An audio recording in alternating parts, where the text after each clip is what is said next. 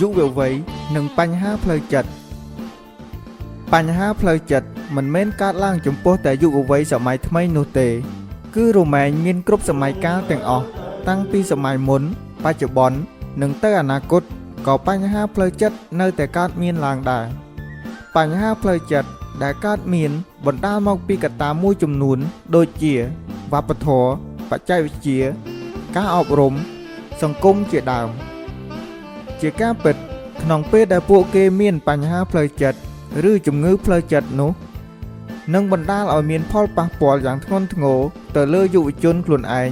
គ្រួសារនិងសង្គមផលប៉ះពាល់ចំពោះយុវវ័យមានពីរដំណាក់កាលគឺរយៈពេលខ្លីនិងរយៈពេលវែងក្នុងរយៈពេលខ្លីបញ្ហាផ្លូវចិត្តធ្វើឲ្យយុវជនបាត់បង់ឱកាសក្នុងការក្រេបយកចំណេះវិជ្ជានិងខាតពេលវេលាធ្វើឲ្យប៉ះពាល់ដល់សុខភាពផ្លូវកាយករណីខ្លះបញ្ហាផ្លូវចិត្តធ្វើឲ្យយុវជនប្រើប្រាស់គ្រឿងញៀនគំហុកពេកបណ្ដាលឲ្យបាត់បង់ជីវិតដោយសារគាំងបេះដូងដោយសារការពុលគ្រឿងញៀនខ្លាំងពេកជាដើមឯការប៉ះពាល់យូរអង្វែងវិញគឺអាចធ្វើឲ្យបាត់បង់អនាគតនិងបាត់បង់អស់បំណងដែលចង់ធ្វើករណី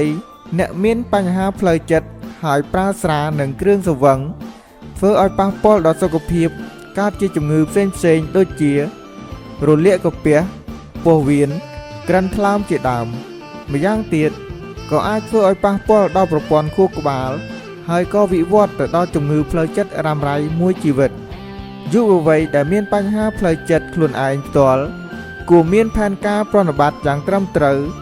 និងស្វែងយល់ឲ្យបានច្បាស់អំពីមូលហេតុនិងផលប៉ះពាល់ដែលបណ្ដាលឲ្យមានបញ្ហាផ្លូវចិត្តយុវវ័យមិនគួរជ្រើសរើសដំណោះស្រាយទាំងឡាយណាដែលនាំឲ្យប៉ះពាល់ឬផ្ដល់នូវគុណវិបត្តិសម្រាប់ខ្លួនឯងគ្រួសារនិងសង្គមគួរទៅពិគ្រោះយោបល់ជាមួយនឹងអ្នកឯកទេសជំនាញផ្លូវចិត្តដើម្បីស្វែងរកដំណោះស្រាយនិងព្យាបាលបញ្ហាផ្លូវចិត្ត